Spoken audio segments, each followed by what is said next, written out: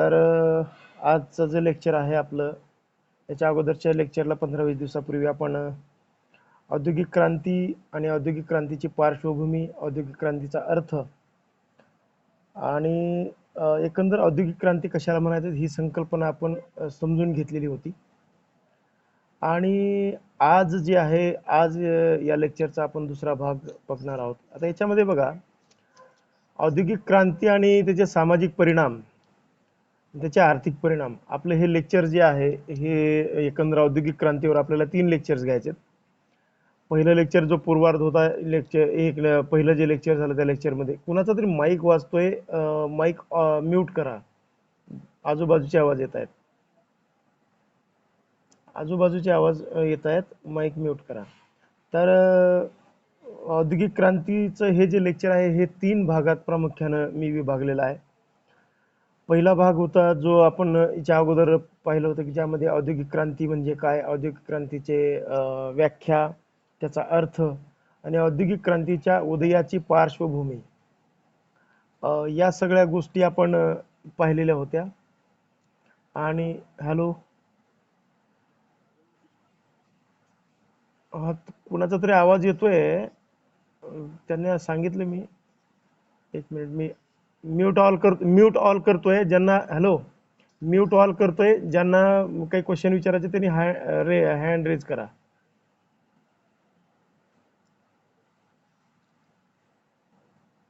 Hello, हा. तर मी आजच्या हे जे लेक्चर आहे या लेक्चरमध्ये तुम्हाला प्रामुख्याने औद्योगिक क्रांती आणि त्याचे जे परिणाम आहेत त्या परिणामावर बोलत असताना प्रामुख्याने औद्योगिक क्रांती आणि त्याचे जे सामाजिक परिणाम आहेत त्यामध्ये प्रामुख्याने 2 भागामध्ये हे आपल्याला सामाजिक परिणाम पाहायचे आहेत. त्यामध्ये काय की एक तर औद्योगिक क्रांती आणि त्याचे आर्थिक परिणाम काय झाले, औद्योगिक क्रांती झाल्यानंतर त्याचे आर्थिक जीवनावर काय प्रभाव पडले, आणि दुसरं म्हणजे की औद्योगिक क्रांती आणि त्याचे सामाजिक परिणाम काय झाले, की जगावर जे की औद्योगिक बदल झाले, ज्या की सर्वसाधारणपणे जे की औद्योगिक क्रांतीच्या नंतर जे वेगवेगळे वैज्ञानिक शोध लागले, त्या शोधांच्या माध्यमातून उत्पादन साधने, शक्ती आणि संबंध हे बदलले आणि त्या बदलाचा संपूर्ण जगावर जो दूरगामी प्रभाव पडला, दूरगामी परिणाम जे पडले, त्या परिणामांचा अभ्यास आपल्याला प्रामुख्याने याच्यामध्ये लेक्चरमध्ये करायचा आहे. आणि मग ते दूरगामी प्रभाव पडत असताना कार्ल मार्क्सच्या शब्दात जर सांगायचं झालं तर कार्ल मार्क्स असं म्हणतो की पहिल्यांदा अर्थव्यवस्था बदलते आणि अर्थव्यवस्था बदलल्यानंतर मग समाज व्यवस्था बदलते. मग त्या अनुषंगाने जर आपण विचार केला तर या म्हणजे औद्योगिक क्रांतीचे 2 परिणाम आपण पाहणार आहोत.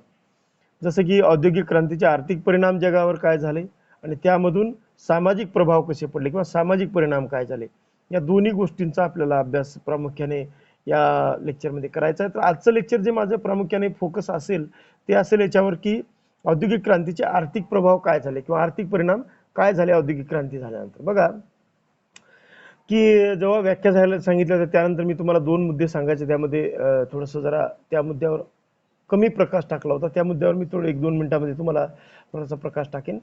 की त्यामध्ये काय झालं होतं की मशीन युगाचा प्रारंभ झाला आणि त्याचबरोबर वेगवेगळे वैज्ञानिक शोध लागले औद्योगिक क्रांतीनंतर.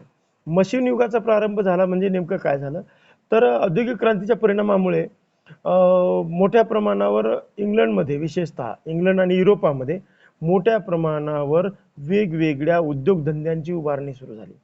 वेगवेगळे उत्पादनं जे ती उत्पादनं ही प्रामुख्याने मशीनच्या साह्याने निर्माण झाली. वेगवेगळ्या यंत्रतंत्रांच्या माध्यमातून ही उत्पादन सुरू झालं आणि त्यामुळं वेगवेगळ्या वस्तूंची उत्पादनं करणाऱ्या प्रचंड मोठमोठ्या मशीनची निर्मिती झाली आणि त्या मशीनची निर्मिती झाल्यामुळं मशीन युगाला प्रारंभ झाला. प्रत्येक गोष्टीचं जे उत्पादन जे हस्तोद्योगाच्या माध्यमातून व्हायचं किंवा हस्तकलेच्या माध्यमातून व्हायचं, माणसं बनवायची जे वेगवेगळी उत्पादनं ती जाऊन त्या ठिकाणी प्रत्येक लहानात लहान वस्तू आणि मोठ्यातली मोठी वस्तू बनवण्यासाठी वेगवेगळ्या प्रकारची मशीन्स लावल्या गेले. वेगवेगळ्या प्रकारच्या मशीन्सच्या माध्यमातून मोठ्या प्रमाणावर ही उत्पादनं करण्याचा प्रयत्न त्या काळामध्ये झाला आणि म्हणून काय झालं की मोठ्या प्रमाणावर त्याला आपल्याला असं म्हणता येईल किंवा मशीन युगाचा प्रारंभ झालेला आपल्याला दिसून येईल.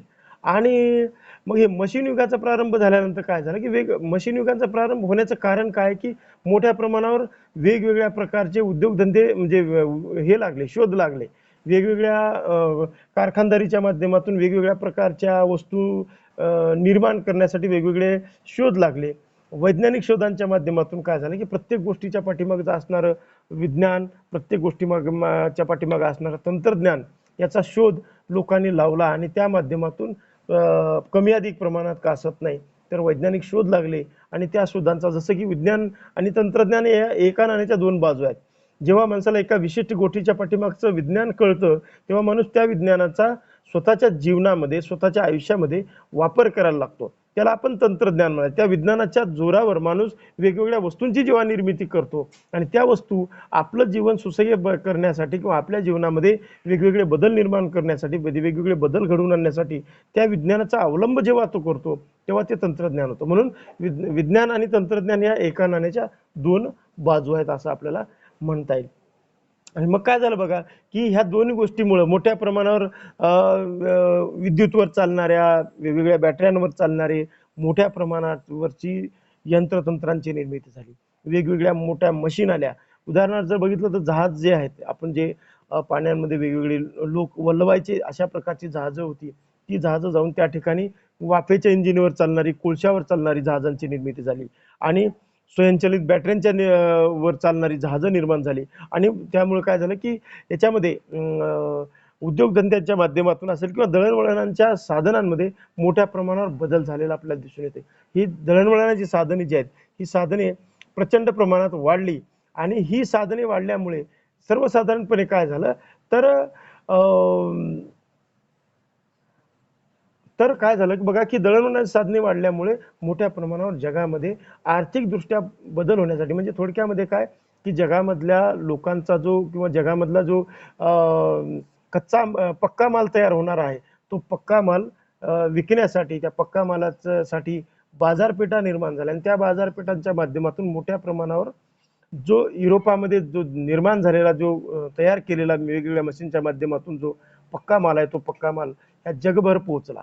आणि म्हणून त्या पक्का मालाबरोबरच इंग्रजांचं जे अधिराज्य किंवा इंग्रजांचं साम्राज्य हे जगभर पसरलं आणि त्यासाठी म्हणून आपण म्हणतो की त्या व्यापारासोबतच जे जगामध्ये जे आर्थिक बदल झाले त्या आर्थिक बदलांचा एक भाग आहे आणि त्या आर्थिक बदलांच्या लागूनच जे सामाजिक बदल झाले त्या सामाजिक बदलांचा एक भाग आहे. म्हणून आजच्या जे माझं लेक्चर जे प्रामुख्यानं संबंधित असेल ते म्हणजे आर्थिक बदलांच्या बाबतीमध्ये किंवा समाजामध्ये जे आर्थिक प्रभाव जे पडले त्या आर्थिक प्रभावांचा अभ्यास करणारं म्हणजे आर्थिक प्रभावावर चर्चा करणारं हे आज माझं लेक्चर आहे.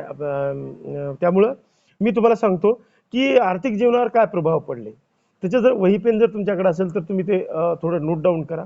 आर्थिक प्रभाव मी तुम्हाला थोडक्यात सांगतो. तर औद्योगिक क्रांतीचे जे आर्थिक जीवनावर परिणाम झाले त्याच्यामधले पहिला प्रभाव आहे किंवा परिणाम आहे तो म्हणजे उद्योगात मशीन्सचा अधिकाधिक वापर झाला, सुरू झाला. उद्योगधंद्यांमध्ये मशीन्स किंवा यंत्रतंत्रांचा अधिकाधिक वापर व्हायला लागला.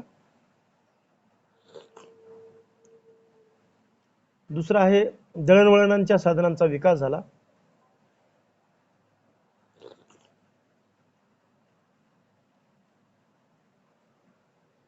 उत्पादनामध्ये मोठ्या प्रमाणावर वाढ झाली किंवा उत्पादनामध्ये प्रचंड वाढ.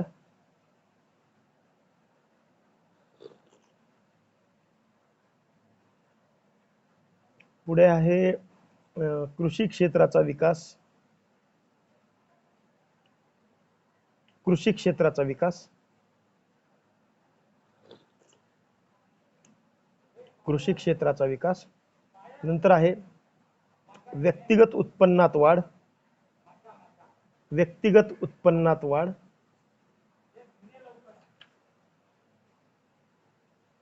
व्यक्तिगत उत्पन्नात वाढ.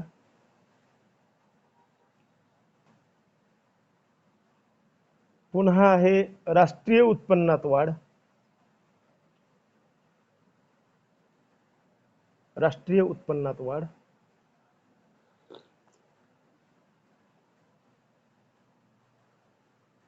राष्ट्रीय उत्पन्नात वाढ. पुढचा मुद्दा आहे उपभोग वृत्तीमध्ये वाढ. उपभोग वृत्तीमध्ये वाढ.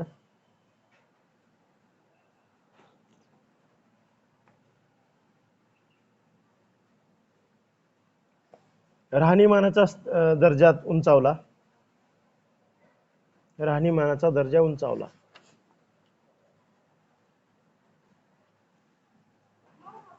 राहणीमानाचा दर्जा उंचावला. हे जे 4-5 प्रभाव आहेत ते प्रभाव या औद्योगिक क्रांतीच्या माध्यमातून झालेले आपल्याला दिसून येतो. पहिला जो मुद्दा मी तुम्हाला सांगितलं की उद्योगामध्ये मशीनचा अधिकाधिक वापर झाला.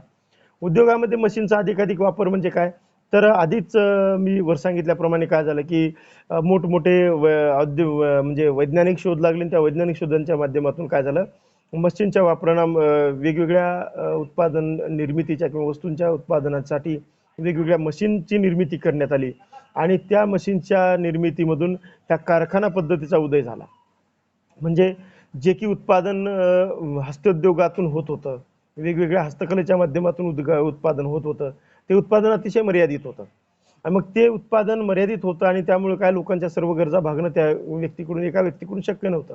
आणि काय झालं तिथं, तर मशीनचा वापर झाला मोठ्या प्रमाणावर. उदाहरण जर आपण बघितलं तर बघा की साधारण एक कुंभार असेल एका गावामधला, जो की मातीची भांडी बनवायचा आणि सगळ्या गावाचा उदरनिर्वाह त्या माध्यमातून किंवा सगळ्या लोकांच्या गरजांची पूर्तता, जे काही त्या मातीच्या भांड्यांची गरज जी आहे त्या गरजांची पूर्तता त्या गावामध्ये तो कुंभारांच्या माध्यमातून व्हायची. काय झालं, जो की कुंभारांचा परंपरागत पद्धतीने तो त्या म्हणजे वस्तूंचं उत्पादन करायचा, त्या वस्तू जाऊन त्या ठिकाणी काय ते परंपरागत उत्पादनाच्या पद्धती गेल्या आणि त्या ठिकाणी मशीनच्या साह्याने उत्पादन व्हायला लागलं. जे उत्पादन अतिशय दर्जेदार होतं, कमीत कमी कालावधीमध्ये जास्तीत जास्त उत्पादन होतं आणि त्यामुळे काय झालं की मोठ्या प्रमाणावर उत्पादन होत होतं. त्या उत्पादनाचा दर्जा म्हणजे क्वालिटी आणि क्वांटिटी या दोन्ही गोष्टी परंपरागत उत्पादनांपेक्षा चांगल्या होत्या, दर्जेदार होत्या, जास्तीच्या होत्या. आणि त्यामुळे काय झालं की छोट्या छोट्या गोष्टींपासून ते अतिशय मोठ्या विशालकाय गोष्टींपर्यंत किंवा दैनंदिन वापरातल्या गोष्टींपासून ते वेगवेगळ्या अवजारापर्यंतच्या गोष्टी आहेत, त्या सर्व वस्तूंची निर्मिती ही या कारखान्यांच्या माध्यमातून व्हायला लागली. आणि त्यामुळे काय झालं की वेगवेगळ्या प्रमाणचे किंवा वेगवेगळ्या प्रकारची उत्पादनं निर्माण करण्यासाठी, वेगवेगळ्या प्रकारच्या वस्तूंची उत्पादनं निर्माण वस्तू निर्माण करण्यासाठी वेगवेगळ्या मशीन्सचा विकास झाला आणि मोठ्या प्रमाणावर कारखानदारी निर्माण झाली. ह्या मशीन जिथं स्थापित केल्या त्याला आपण कारखाना म्हणायला लागलो आणि मग ह्या मोठ्या प्रमाणावर कारखानदारीची निर्मिती झाली. यातून दुसरा मुद्दा सांगितला होता मी तुम्हाला की दळणवळण साधनांचा विकास झाला. हे जी उत्पादनं जी आहेत, जी या मशीनच्या माध्यमातून निर्माण होणारी उत्पादनं जी आहेत, ही उत्पादनांसाठी बाजारपेठ हवी होती. आणि मग बाजारपेठ हवी असल्यानंतर की ती उत्पादनं जिथं निर्माण झाली तिथंच मोठ्या प्रमाणावर विकणं तर शक्य नव्हतं की त्यांना बाजार मिळणं तिथं शक्य नव्हतं. त्यांना बाजारासाठी वेगवेगळ्या संधी शोधाव्या लागल्या. बऱ्याच ठिकाणी आपल्या जिथं उत्पादन होतं त्या ठिकाणापासून कुठेतरी दूर बाजारपेठा निर्माण कराव्या लागल्या आणि त्यामुळे काय झालं, त्या कारखान्या मालाची ने-आण करण्यासाठी मोठ्या प्रमाणावर दळणवळण साधनांचा विकास झाला, ज्यामध्ये की टपाल सुई असेल, इंग्रजांनी तर टपालाचा शोध लावलेला, तारयंत्र असेल किंवा दूरध्वनी असेल किंवा संदेशवहनाचे अनेक वेगवेगळे साधनं, त्यानंतर व्यापार आणि उद्योग यांना आंतरराष्ट्रीय स्तरावर यांना एक मान्यता प्राप्त झाली. त्यामुळे काय झालं की व्यक्तिगत आणि मोठ्या प्रमाणावर राष्ट्रीय उत्पन्नामध्ये सुद्धा यामध्ये वाढ व्हायला लागली. त्यामुळे काय झालं की औद्योगिक क्रांतीच्या माध्यमातून रस्ते, रेल्वे, टपाल, तारयंत्र यांच्या अभूतपूर्व अशा प्रकारचा विकास झाला आणि त्या विकासच नुसता नाही झाला तर या सगळ्या गोष्टींचा लाभ घेणाऱ्या म्हणजे रस्त्यावर चालणाऱ्या वाहनांची संख्या वाढली, टपाल असेल, तारयंत्र आहे, दूरध्वनी यांचा उपभोग किंवा यांचा वापर करणाऱ्यांची संख्या वाढली. आणि मग वाहनांच्या बाबतीमध्ये जर आपण बघितलं तर जलमार्गांचा प्रचंड मोठ्या प्रमाणावर विकास झालेला आपल्याला दिसून येतो. त्यानंतर रेल्वे मार्ग, लोहमार्ग, हवाई मार्ग ज्याला म्हणजे वायुमार्ग म्हणतो आपण, रस्ते असतील, हे सुसज्ज अशा प्रकारचे मोठमोठ्या प्रकारचे चांगले रस्ते निर्माण झाले की ज्यामुळे काय झालं की दळणवळण साधनांचा मोठ्या प्रमाणावर विकास झाला आणि त्यामुळे ह्या जो व्यापार जो आहे व्यापाराची जी वृद्धी झाली त्या व्यापार वृद्धीमध्ये अभूतपूर्व अशा प्रकारची परिवर्तनं किंवा अभूतपूर्व अशा प्रकारची उन्नती झालेली आपल्याला दिसून येते. त्यामध्ये पुढचा मुद्दा आहे की उत्पादनामध्ये प्रचंड वाढ झाली.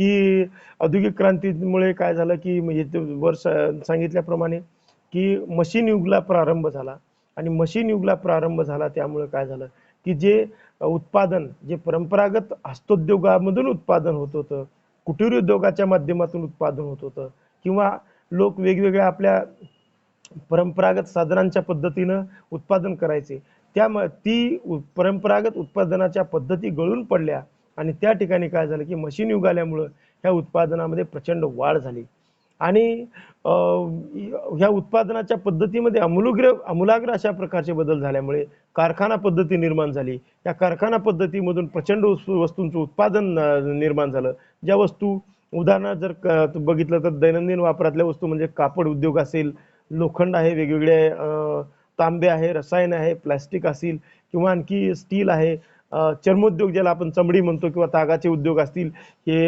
ह्या अशा ज्या की पायाभूत उद्योगांना प्रचंड मोठ्या प्रमाणावर या उद्योगांचा विकास झाला आणि ह्या उद्योगांचा विकास झाल्यामुळे काय तर मोठ्या प्रमाणावर ह्यांच्या उत्पादनामध्ये वाढ झाली आणि उत्पादनामध्ये वाढ होऊन प्रामुख्याने जे की समाजाचं आर्थिक जीवन जे परंपरागत आर्थिक दृष्ट्या समाज म्हणजे असा एकामेका म्हणजे असं स्वयंपूर्ण खेडी जी आपण म्हणायचो पूर्वी बघा, ते जाऊन त्या ठिकाणी काय झालं की इथं फक्त उदरनिर्वाही अशा प्रकारची जी अर्थव्यवस्था जी परंपरागत अर्थव्यवस्था होती ती उदरनिर्वाही अर्थव्यवस्था जाऊन त्या ठिकाणी एक नवीन व्यापारी अर्थव्यवस्थेचा उगम ह्या औद्योगिक क्रांतीच्या माध्यमातून झाला आणि त्याचं संपूर्णपणे श्रेय जे आहे हे श्रेय ह्या मशीन युग असेल किंवा उत्पादनामध्ये झालेली प्रचंड वाढ या गोष्टींना आपल्याला देता येईल असं म्हटलं तर वावगं ठरणार नाही. पुढचा मुद्दा आहे की व्यक्तिगत उत्पादनामध्ये कृषी क्षेत्राचा प्रचंड विकास झाला. काय झालं की औद्योगिक क्रांतीमुळे पहिला जर फटका कशाला बसला असेल ती गृह उद्योग आणि जे कुटीर उद्योग होते, जे हस्त उद्योग होते, त्या हस्त उद्योगांना पहिल्यांदा त्यांचा ऱ्हास झाला आणि त्या सगळ्या गोष्टीचं जे की खेड्यामध्येच लोक फक्त कमी प्रमाणामध्ये आपल्या गरजेनुसार उत्पादन करायचे, त्या ठिकाणी ते जाऊन काय झालं की कृषीमध्ये सुद्धा काय होतं बघा की कृषीमध्ये सुद्धा जे की आपलं उदरनिर्वाह भागेल जेमतेम एवढंच उत्पादन सुद्धा लोक करायचे. त्यामध्ये रासायनिक खतांचा वापर नसायचा किंवा सुधारित बी बियाणांचा वापर नसायचा, जे की परंपरागत पिढ्यानपिढ्या साठवलं गेलेलं जे बियाणं आहे आणि ज्या परंपरागत शेतीच्या पद्धती ज्या त्या पद्धतीनुसारच उत्पादन व्हायचं. औद्योगिक क्रांतीनंतर काय झालं मग ह्या वेगवेगळ्या कृषीच्या म्हणजे बियाणांच्या बाबतीमध्ये शोध लागले, रासायनिक खतांच्या बाबतीमध्ये संशोधन झाली, त्यामधून वेगवेगळ्या प्रकारची रासायनिक खतं, बी बियाणं, त्यानंतर कीटकनाशक यांचा शोध लागला. मग जे की परंपरागत बैलांच्या शेतीनं साह्यानं शेती व्हायची ते जाऊन त्या ठिकाणी ट्रॅक्टरच्या माध्यमातून शेती व्हायला लागली. ज्या उत्पादनाच्या म्हणजे जलसिंचनाच्या ज्या परंपरागत सोयी होत्या, तुम्ही जर ऐकलं असेल तुमच्या घरी जर वृद्ध लोक असतील ते सांगत असतील की मोठ नावाचा एक प्रकार होता, ज्या मोठीच्या माध्यमातून लोक सिंचन करायचे की जे अतिशय मर्यादित अशा प्रकारचं असायचं. त्या ठिकाणी ते जाऊन जे डिझेल इंजिन असतील किंवा इंजिनच्या माध्यमातून किंवा वेगवेगळे कृषी पंप जे पाण्याचे पंप आहेत त्या पंपांच्या माध्यमातून सिंचनाच्या सोयी उपलब्ध करून देण्यात आल्या.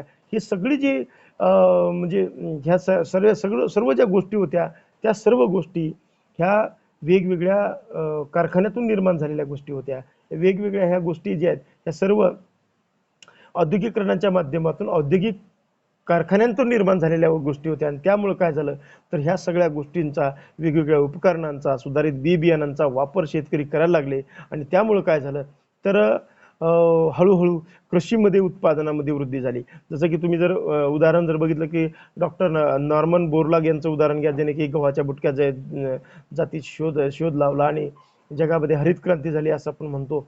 तर ह्यांची उदाहरणं घ्या. काय झालं की यांनी ह्या वेगवेगळ्या प्रकारे या कृषीच्या माध्यमातून ह्या लोकांनी संशोधन करण्याचा प्रयत्न केला, वेगवेगळे शोध लावले आणि त्या शोधांच्या माध्यमातून काय झालं तर हळूहळू या कृषीच्या माध्यमातून किंवा कृषीमध्ये रासायनिक खतांचा वापर असेल, सुधारित बी बियाणांचा शोध असेल किंवा वेगवेगळी यंत्रतंत्रांच्या माध्यमातून म्हणजे यंत्रतंत्रांचा वापर असेल किंवा मग सिंचनासाठी ज्या परंपरागत पद्धतींचा त्याग करून नवनवीन कृषी पंपाच्या साह्याने किंवा इंजिनच्या साह्याने सिंचनाच्या सोयी उपलब्ध करून देणे असेल, या गोष्टीमुळे काय झालं तर कृषीच्या उत्पादनामध्ये सुद्धा प्रचंड वाढ झालेली आपल्याला दिसून येते. त्यामुळे कृषी क्षेत्राचा सुद्धा विकास औद्योगिक क्रांतीच्या माध्यमातून झालेला आपल्याला दिसून येईल. पुढचा मुद्दा आहे व्यक्तिगत उत्पादनामध्ये वाढ. साहजिकच काय झालं बघा की जे कारखान्यामध्ये मोठ्या प्रमाणावर वस्तूचा वापर वाढला लोकांचा, त्यामुळे काय झालं की कारखान्यामध्ये प्रचंड कामगारांचं म्हणजे कामाच्या संधी उपलब्ध झाल्या. जेव्हा त्या कारखान्यामध्ये मोठ्या प्रमाणावर जे होणारं उत्पादन आहे ते उत्पादनाचा खप जगभर वाढला आणि उत्पादनाचा खप जगभर वाढल्यामुळे काय झालं तर मोठ्या प्रमाणावर त्या साधनांची म्हणजे त्या वस्तूंची मागणी वाढली आणि वस्तूंची मागणी वाढल्यानंतर कारखान्यामधून त्या वस्तू जास्तीत जास्त निर्माण करण्यासाठी प्रेरणा मिळायला लागली. त्यामुळे काय झालं की त्या भागामध्ये राहणारे जे लोक आहेत त्या लोकांच्या हाताला काम मिळायला लागलं. प्रचंड मजुरांची गरज तिथं भासायला लागली आणि त्यामुळं मजुरांची गरज भासायला लागल्यामुळं त्या भागात ज्या भागामध्ये कारखाना आहे त्या भागाच्या आसपासचे लोक त्या कारखान्यामध्ये काम करायला लागले आणि त्यामुळे जे की परंपरागत उत्पादनाचे साधने पद्धती गेल्या होत्या त्यांचं जे मर्यादित अशा प्रकारचं उत्पन्न होतं ते मर्यादित उत्पन्न जाऊन त्या ठिकाणी तिथं व्यक्तिगत मध्ये सुद्धा मोठ्या प्रमाणावर वाढ झाली. कारण कारखान्यामध्ये जे मिळणारं वेतन जे होतं ते वेतन ती निश्चितपणे ज्या गावामध्ये बसून किंवा त्या खेड्यामध्ये बसून जे काही हस्तोद्योगाच्या माध्यमातून उत्पादन करणारे लोक होते त्यांच्या उत्पादनापेक्षा निश्चितपणे त्यांना कारखान्यातून मिळणारं वेतन हे जास्त होतं. त्यामुळं त्यांचं उत्पादन वाढलं आणि औद्योगिक क्रांतीच्या माध्यमातून किंवा त्याच्या परिणामामुळे शेतकरी वेगवेगळे कारागीर, दस्तकार, दुकानदार, व्यापारी यांची कार्यकुशलता वाढली आणि यामुळे ह्या औद्योगिक क्रांतीमुळे आश्चर्यकारकरित्या यांच्या उत्पादन उत्पन्नामध्ये वाढ झालेली आपल्याला दिसून येते. पुढचा मुद्दा याच्यामध्ये सांगितलेला होता तो म्हणजे राष्ट्रीय उत्पन्नामध्ये वाढ. राष्ट्रीय उत्पन्नामध्ये वाढ कशी झाली बघा की औद्योगिक क्रांतीने व्यक्तिगत उत्पन्नामध्ये वाढ झाली म्हणजे आपोआप राष्ट्रीय उत्पन्नामध्ये सुद्धा वाढ झाली. आफ्रिका असेल, आशिया असेल या देशामध्ये औद्योगिक क्रांती झाली होती त्या देशातील काय झालं बघा की ज्या देशांमध्ये औद्योगिक क्रांती झाली होती त्या देशांमधील लोकांचं विशेषतः युरोपातलं लोकांचं आपण बघू त्या लोकांचं उत्पादन हे प्रचंड मोठ्या प्रमाणावर वाढलं आणि ते उत्पादन वाढल्यानंतर काय झालं की ते देश सक्षम झाले. त्या देशामध्ये प्रचंड अशा प्रकारची साधन संपत्तीचा विकास झाला. प्रचंड मोठ्या प्रमाणावर आर्थिकदृष्ट्या हे देश सक्षम झाले. आपण म्हणतो इंग्लंड असेल, फ्रान्स असेल, जर्मनी असेल ह्या लोकांची जगभर सत्ता का प्रस्थापित झाली त्याचं कारण असं होतं की ह्या लोकांचा प्रचंड अशा प्रकारचं राष्ट्रीय उत्पन्न खूप होतं. जगाच्या इतर देशांच्या तुलनेमध्ये या लोकांच्या आर्थिकदृष्ट्या हे लोक अतिशय सक्षम होते आणि आर्थिकदृष्ट्या हे लोक सक्षम का झाले त्याचं कारण असं आहे की त्यांच्या देशामध्ये किंवा त्या भागामध्ये औद्योगिकरण झालं, औद्योगिक क्रांती आली आणि औद्योगिक क्रांती आल्यानंतर त्यांचं उत्पादन वाढलं. प्रचंड कारखान्यातून निर्माण होणारं उत्पादन बाहेर गेल्यानंतर त्यांना जी परकीय चलन त्यांच्याकडे जे आलंय ते प्रचंड अशा प्रकारचं मोठं होतं. त्यामुळे काय झालं तिथले लोकांना रोजगार मिळायला लागला कारखान्यामुळे. ह्या सगळ्या गोष्टीचा एकत्रित परिणाम काय झाला की युरोपामध्ये जे छोटे छोटे देश होते त्या देशांमधून मोठ्या प्रमाणावर औद्योगिक क्रांतीला सुरुवात झाली, औद्योगिकरणाला मोठ्या प्रमाणावर सुरुवात केली या लोकांनी आणि त्यांच्या अर्थव्यवस्था अतिशय बळकट झालेल्या आपल्याला दिसून येतं. म्हणून काय झालं की राष्ट्रीय उत्पन्नामध्ये सुद्धा मोठ्या प्रमाणावर यांच्यामध्ये युरोपामध्ये वाढ झालेली आपल्याला दिसून येते. आणि त्याचा जगभर प्रभाव कसा पडला तुम्हाला सांगतो. हे देश जिथं जिथं गेले ह्या देशांनी जिथं जिथं आपल्या व्यापारी वसाहती स्थापन केल्या त्या देशांमध्ये सुद्धा तिथल्या लोकांच्या सुद्धा आर्थिक उत्पन्नामध्ये वाढ झाली.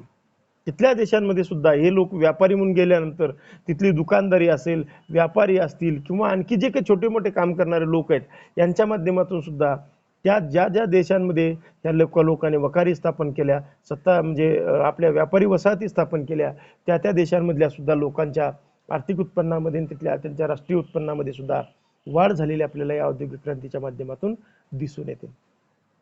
पुढचा मुद्दा मी तुम्हाला सांगितलं की उपभोग वृत्ती किंवा उपभोगामध्ये वृद्धी झालेली आपल्याला दिसून येते.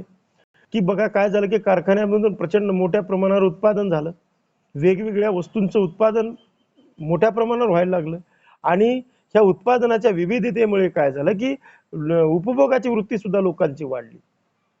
जास्तीत जास्त लोक हे कारखान्यातून निर्माण होणाऱ्या दर्जेदार वस्तूंचं उत्पादन म्हणजे वापर करायला लागले आणि वेगवेगळ्या प्रकारचे उत्पादन बघा तुम्ही आज आपण बघत असतो की आपण ज्या दैनंदिन जीवनामध्ये आपण जीवन जगत असताना अशा खूप कमी वस्तू आहेत की ज्या वस्तू आपण जशाच तशा नैसर्गिक वापरतो. प्रत्येक वस्तू ही आपल्याला वेगवेगळ्या यंत्रतंत्रांच्या माध्यमातून किंवा वेगळ्या कुठल्या तरी कारखान्याच्या माध्यमातून निर्माण झालेली आपल्याला दिसून येईल. म्हणजे थोडक्यात सांगण्याचा मुद्दा असा आहे की आपल्या उपभोग वृत्तीमध्ये वाढ झाली का. उपभोगच्या वृत्तीमध्ये वाढ का होण्याचं कारण असं आहे की इथं मोठ्या प्रमाणावर जे होणारं उत्पादन आहे ते संपूर्णपणे माणसाच्या वेगवेगळ्या गरजा भागवणारं उत्पादन होतं आणि त्या गरजा भागवण्यासाठी माणसाने सुद्धा इतर लोकांनी सुद्धा त्या उत्पादनाचा वापर करण्यास सुरुवात केली. आणि मग काय झालं, शहरातील व्यक्तींच्या जी वस्तू आहेत त्या वस्तू, वेगवेगळ्या वस्तूंचा वापर त्यांचा वाढला. फॅशनेबल वस्तू असतील किंवा दैनंदिन जीवनामध्ये वापरातल्या वस्तू असतील, त्यांचा वापर मोठ्या प्रमाणावर होऊ लागला आणि मोठ्या प्रमाणावर वेगवेगळ्या वस्तूंच्या वापरातून काय झालं तर की लोकांच्या ह्या वेगवेगळ्या वस्तूंच्या उपभोगाच्या वृत्तीमध्ये वाढ झालेली आपल्याला दिसून येते. नंतर आहे की जीवनमानाच्या स्तरामध्ये वृद्धी झाली, म्हणजे राहणीमानाचा दर्जा थोडक्यात बदलला. औद्योगिक क्रांतीमुळे व्यक्तिगत उत्पन्नामध्ये वाढ झाली, अनेक वस्तूंचा वापर व्हायला लागला. त्या वस्तूंचा वापर हा माणसाच्या जीवनाचा एक अविभाज्य अशा प्रकारचा अंग बनला आणि ह्या प्रत्येक जीवनाच्या प्रत्येक क्षेत्रामध्ये उद्योगाचं म्हणजे उपभोगाचं क्षेत्र वाढल्यामुळे काय झालं की उच्च वर्गासारखे राहणीमान मध्यमवर्गीय सुद्धा लोक करायला लागले आणि श्रमिक वर्ग असतील किंवा काम करणारे लोक जे असतील त्यांच्या सुद्धा राहणीमानामध्ये वाढ झालेली आपल्याला दिसून येते. आणि उच्च वर्ग जसं की यांनी सांगितलेली गोष्ट आहे बघा, एक गोष्ट म्हणण्याऐवजी ते एक सांस्कृतिकरण हा एक मुद्दा सांगितला होता किंवा पाश्चिमात्यीकरण हा एक मुद्दा M.N. श्रीनिवास यांनी सांगितला होता. त्यांनी असं सांगितलं की कनिष्ठ वर्गातील लोक जे आहेत ते उच्च वर्गातल्या लोकांच्या राहणीमानाचं, त्यांच्या जीवनमानाचं अनुकरण करतात आणि त्या माध्यमातून त्यांच्या जीवनशैलीचा स्वीकार जशा पद्धतीने केला जातो. त्यामुळे इथं सुद्धा तेच झालं की जे उच्च वर्ग होता, आर्थिकदृष्ट्या सक्षम अशा प्रकारचा जो वर्ग होता, त्या वर्गाच्या ज्या की वेगवेगळ्या वस्तूंचा वापर, फॅशनेबल वस्तूंचा वापर, जे स्टायलिश वस्तूंचा वापर ते लोक करायचे, तशाच प्रकारचं अनुकरण मध्यमवर्गीय लोकांमध्ये सुद्धा झालं. त्यामुळे काय झालं की मध्यमवर्गीय लोक सुद्धा वेगवेगळ्या पद्धतीनं काय करायला लागले तर ह्या अनुकरणाच्या माध्यमातून वेगवेगळ्या वस्तूंचा वापर हे लोक करायला लागले आणि त्यामुळे काय झालं की यांच्या सुद्धा राहणीमानामध्ये वाढ झालेली आपल्याला दिसून येतो. उपभोगाच्या वृत्तीमध्ये वाढ झाली, विजेच्या वापरामुळे जीवन स्तरामध्ये बदल झाला आणि संपूर्णपणे जगाच्या अर्थव्यवस्थेमध्ये, जगाच्या एकंदर आर्थिक जीवनामध्ये, जगातील लोकांच्या एकंदर आर्थिक जीवनामध्ये प्रचंड अशा प्रकारचे बदल झाले. ह्या सगळ्या प्रक्रियेला आपण या औद्योगिक क्रांतीचे आर्थिक परिणाम असं म्हणतो. आणि अशा प्रकारे औद्योगिक क्रांतीमुळे काय झालं की मानव जीवनाच्या आर्थिक जीवनावर परिणाम झाले. आर्थिक विषमता या औद्योगिक क्रांतीमुळे प्रचंड लोकांमध्ये आर्थिक दरी सुद्धा निर्माण झाली. आता याचे कसं आहे माहिती आहे का, याचे काही साईड इफेक्ट सुद्धा या आर्थिकेचे सांगले. शोषणामध्ये वाढ झाली, झोपडपट्ट्यांमध्ये वाढ झाली, अतिगर्जीची समस्या झाली, टंचाईची समस्या निर्माण झाली, त्यानंतर बेकारी आहे, भिकारी पद्धती आहे, वेश्यावृत्ती आहे. हे सगळे जे दुष्परिणाम जे आहेत, हे वेगवेगळे दुष्परिणाम जे आहेत, हे दुष्परिणाम त्या औद्योगिक क्रांतीच्या माध्यमातून झालेले आपल्याला दिसून येतात. मात्र हे आर्थिक परिणाम अशा पद्धतीने झाले की संबंध जगभर, जगामध्ये ज्या वेगवेगळ्या देशांच्या माध्यमातून किंवा वेगवेगळ्या त्या औद्योगिक क्रांतीच्या माध्यमातून वेगवेगळ्या देशांच्या अर्थव्यवस्थामध्ये मूलगामी अशा प्रकारचे परिणाम झाले, ज्या फक्त देशाच्याच अर्थव्यवस्थेमध्ये नाही तर लोकांच्या सुद्धा जीवनमानामध्ये, आर्थिक दर्जामध्ये प्रचंड अशा प्रकारचे बदल या औद्योगिक क्रांतीच्या माध्यमातून घडून आले. म्हणून ह्या औद्योगिक क्रांतीचं एक आर्थिक महत्त्व एक विशिष्ट प्रकारचं आहे. कदाचित ही औद्योगिक क्रांती युरोपामध्ये जर आली नसती तर जगभर आज जे आपण बदल पाहतोय ते बदल आज आपल्याला पाहायला मिळाले नसते. त्याच्यानंतरचं जे लेक्चर होईल आपलं, ते लेक्चर हे प्रामुख्याने औद्योगिक क्रांतीच्या सामाजिक परिणामावर असेल. ज्यांना कुणाला काही विचारायचे किंवा डिस्कशन करायचे त्यांनी आपलं स्वतःला अनम्यूट करा आणि मला तुम्ही प्रश्न विचारू शकता.